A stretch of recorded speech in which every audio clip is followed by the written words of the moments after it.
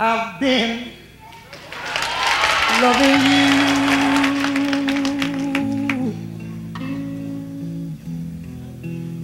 too long to stop now.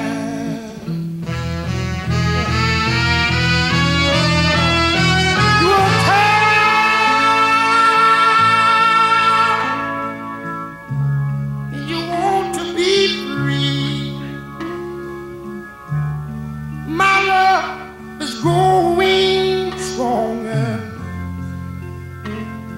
as you become a habit to me. I've been loving you a teeny bit too long, and I don't want to stop now. I know you're scared. I don't know. How come you're filling the hole in? No, that is. They didn't finish it. What they're doing is... In March 1994, workers of Jamaica Water Supply went on strike. The company sent replacement workers, scabs. Here, the strikers succeed in stopping the scabs from working. How come you're closing up the hole now?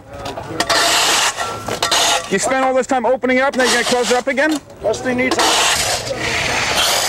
What I'm interested in, didn't they tell you when they told you about this job that they were hiring you because Jamaica Water was on strike? I know nothing about strike. They didn't tell you? I know nothing about strike. So you're a contractor. What's the company's name?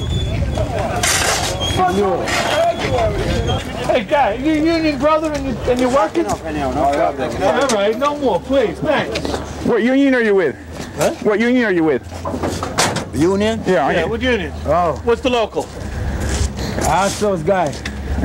I think it's pretty sad, tell you the truth. I think the whole issue of collective bargaining seems to be today, it's a take it or leave it type of deal. It's like a dictatorship, and then they bring these neo-Nazis in here to intimidate everybody. Anybody got to talk to those security guys?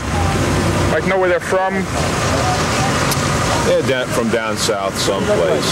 Some of the fellas have talked to them, but they're not exactly our friends, so we don't really want to socialize. What would happen if you guys weren't here now? Nothing, I guess the cops are... Basically, what's your job here? No comment.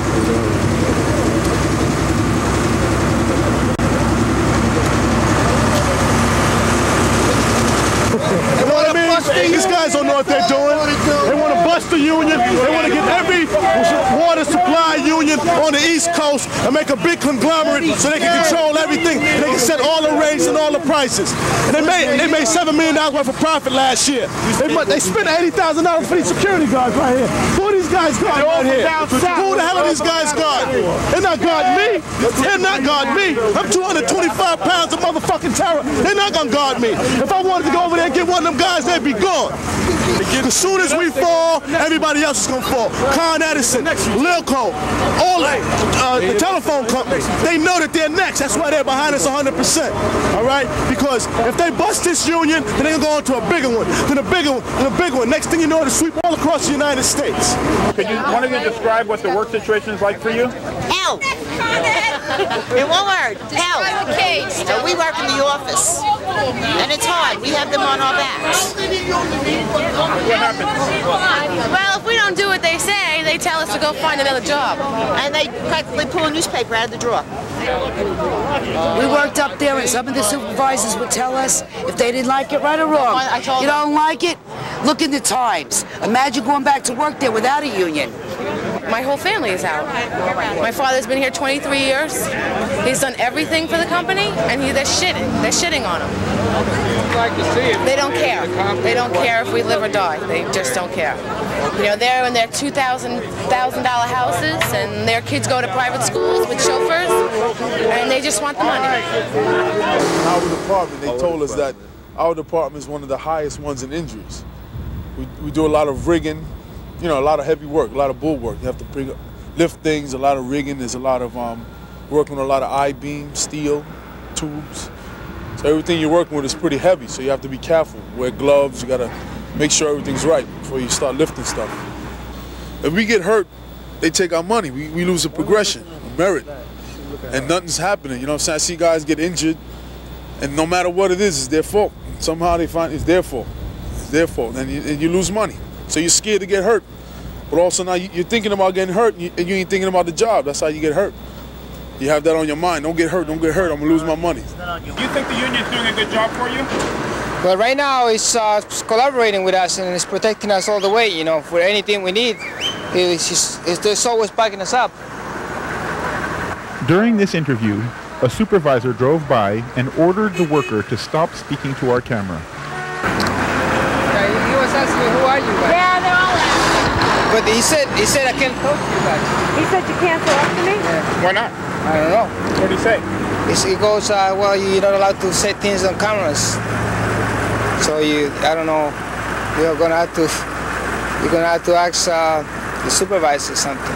The public has, I think, a misconception that unions are, you know, powerful, abusive, aggressive, and union workers like us are, you know, rich and lazy, and, you know, it's like the poor management is suffering immensely in there.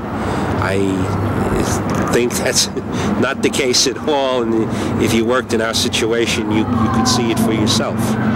20% of our major maintenance workers, those are the people who do the heavy work, who retire with some sort of industrial lung disease, asbestosis, mesothelioma. These are things that you don't catch out in the fresh air and sunshine. You get it from working in a powerhouse. So how long are you on the job? 18 years. And I've seen this company go from #1 to the pits. Believe me, it's a shame. It's a good company. It's a place that people make living, buy houses, take children through school and everything. But the new management that took over this regime, I don't understand them. I don't know where they're coming from. I don't know if they're Americans. Maybe they're communism.